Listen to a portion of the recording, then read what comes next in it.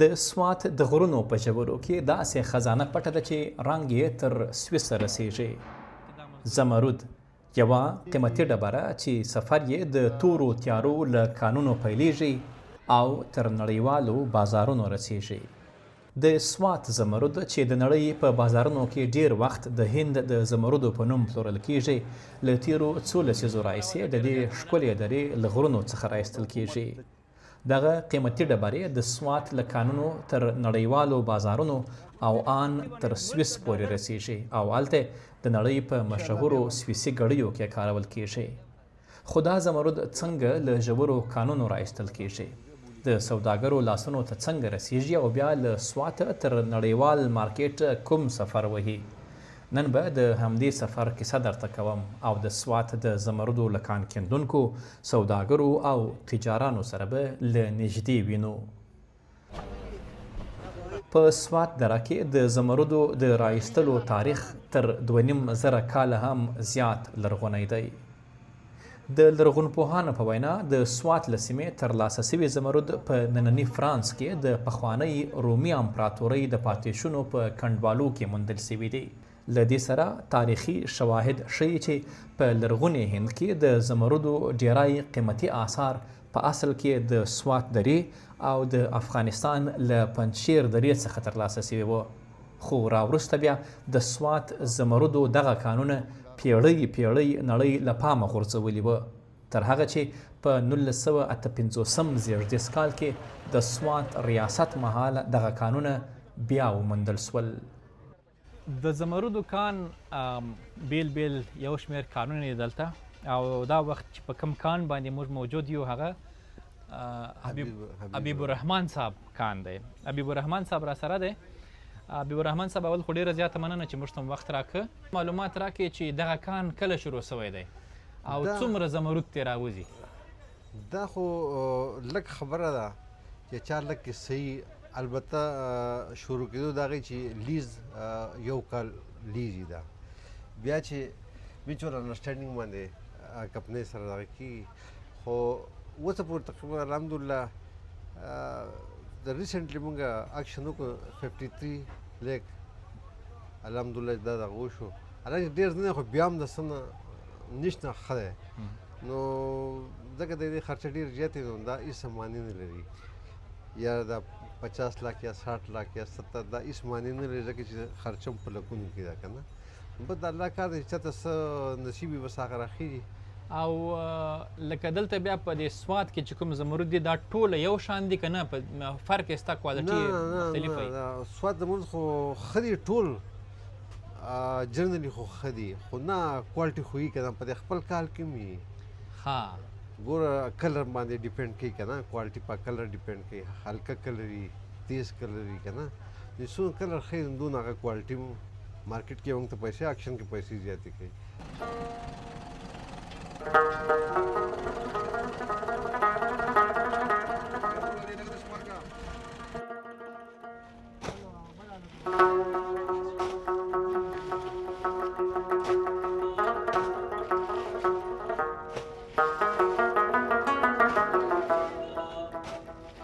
د زمردو دې کان کې چې کوم مزدور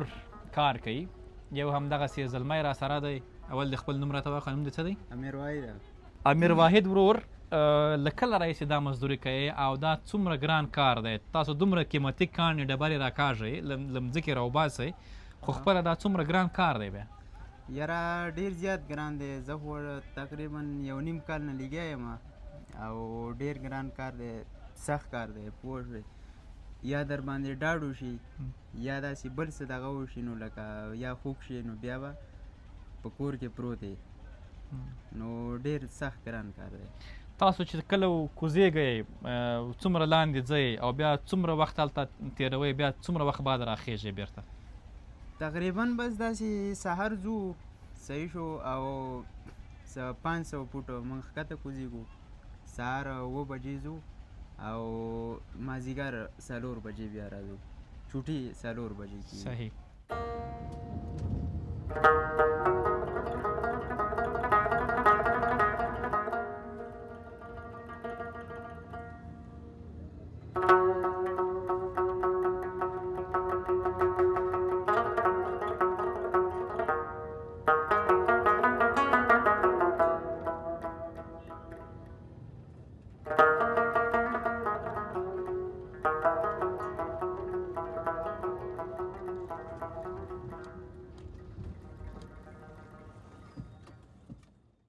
د زمرودو کاروبار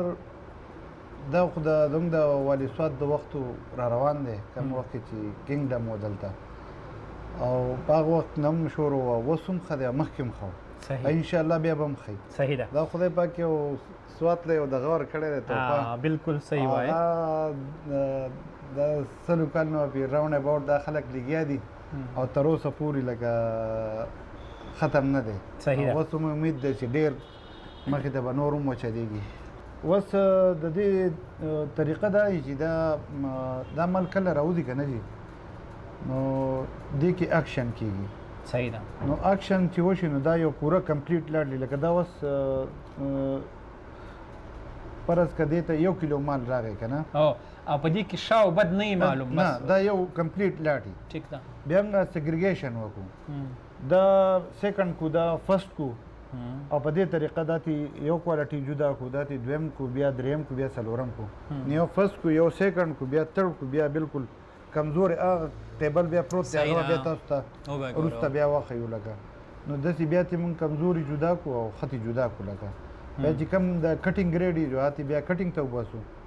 او که موږ په خپله کټینګ کول غواړو جو په خپله یې کټ کړو که نه غواړو نو د کټینګ ګریډ بیا هم جدا کړو نو بیا مختلف بیا خلک راځي هغو د کټینګ ګریډ هم والي د سیکنډ هم والي او بس دا هغه اوس کټینګ والا دا اوس کټینګ ګریډ دی کټینګ یې چېرته کېږي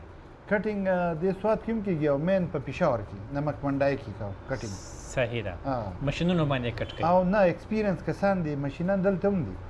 خو د ښه کټران چې دي جو په پېښور کې دي اوس لکه دا چې کټ سوی دی که نه دا نه دی کټ شوی ښه دا نه دی کټ دا نه دی کټ کټ څنګه دی کټ ته لږ وښایه دغه دی ټولو زیات خرڅېږي چیرې همدلته سوات ته خلک راځي پسې اخلي تاسو یې استوئ سوات خو جو مین دی که نه مارکیټ دی که نه خاص زموږ د ایریا چې دی دا د دې وتکي چوک نه والا او داسې دا کم چوک دی دا پیپل چوک دا ایریا کې چې دی مختلف لکه بای پاس دی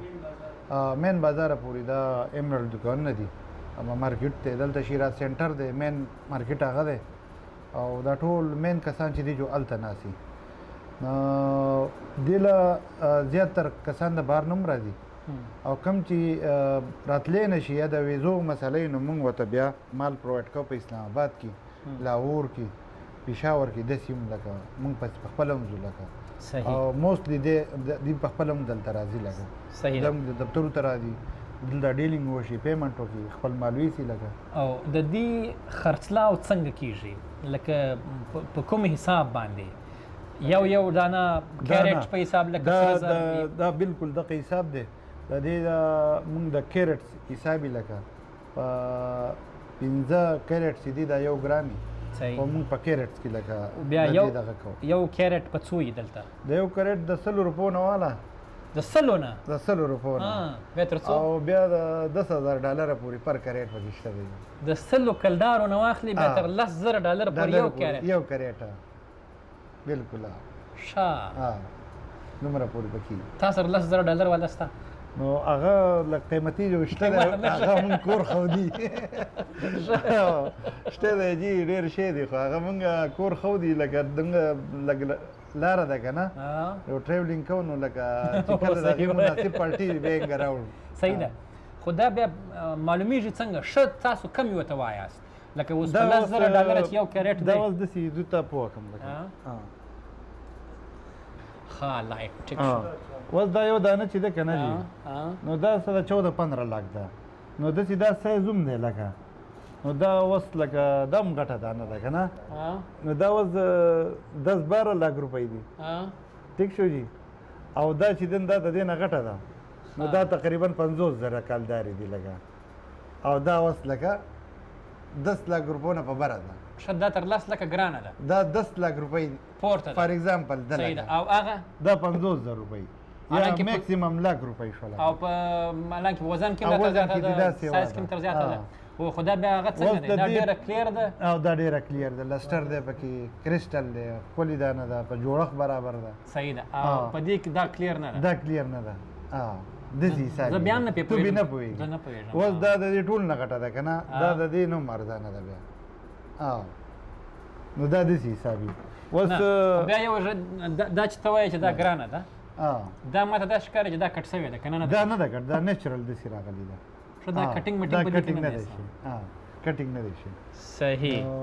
بس په دې طریقه باندې بیا دی کې لکه دغه لکه د دې نه اندازه والا یو دانه پکې د 10 لک روپو شته لکه.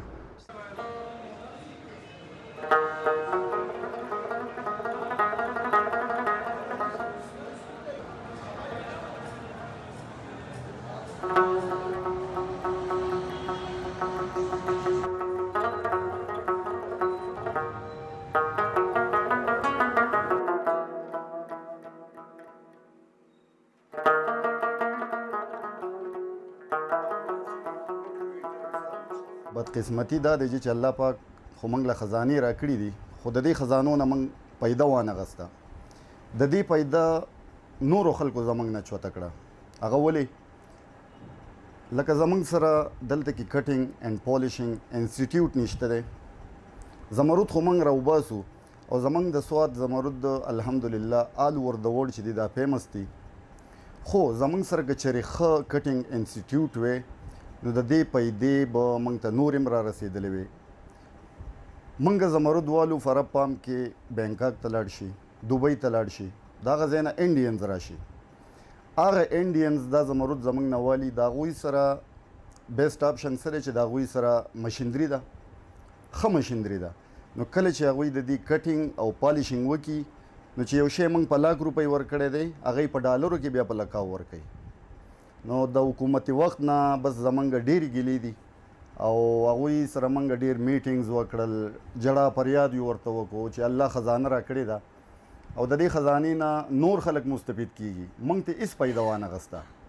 نو موږ ته یو ښه کټینګ اینډ پالیشینګ انسټیټیوټ پکار دی. د هغې سره به زمونږ د دې سوات ولس د دې ولس بچي هغه به په روزګار شي، هغوی به دا پنې زده کي، دا هنر به یې زده کي او دا پیدا به ټوله زمونږ KPK ته بلکې پاکستان ته راشي. دلته یوه خبره ده چې کله انډین د تاسو نه په بینکاک کې واخلي بیا دوی کټینګ بیرته انډیا کې کوي که نه همالته یې وکړي؟ نه، دوی جیپور نوم به تاسو اورېدلی په انډیا کې، د دې کټینګ کېږي په جیپور کې. نو هغوی بیا دا زمرد په خپل نوم باندې خرڅوي، ولې چې د هغوی سره مشینري ده، یو ښه پالیشینګ او کټینګ انسټیټیوټس دي ورسره. نو هغوی زموږ د سوات زمرد بیا په خپل نوم باندې خرڅوي او هغه بیا په ډالرو کې چې کوم دی نو د هغې بزنس کېږي.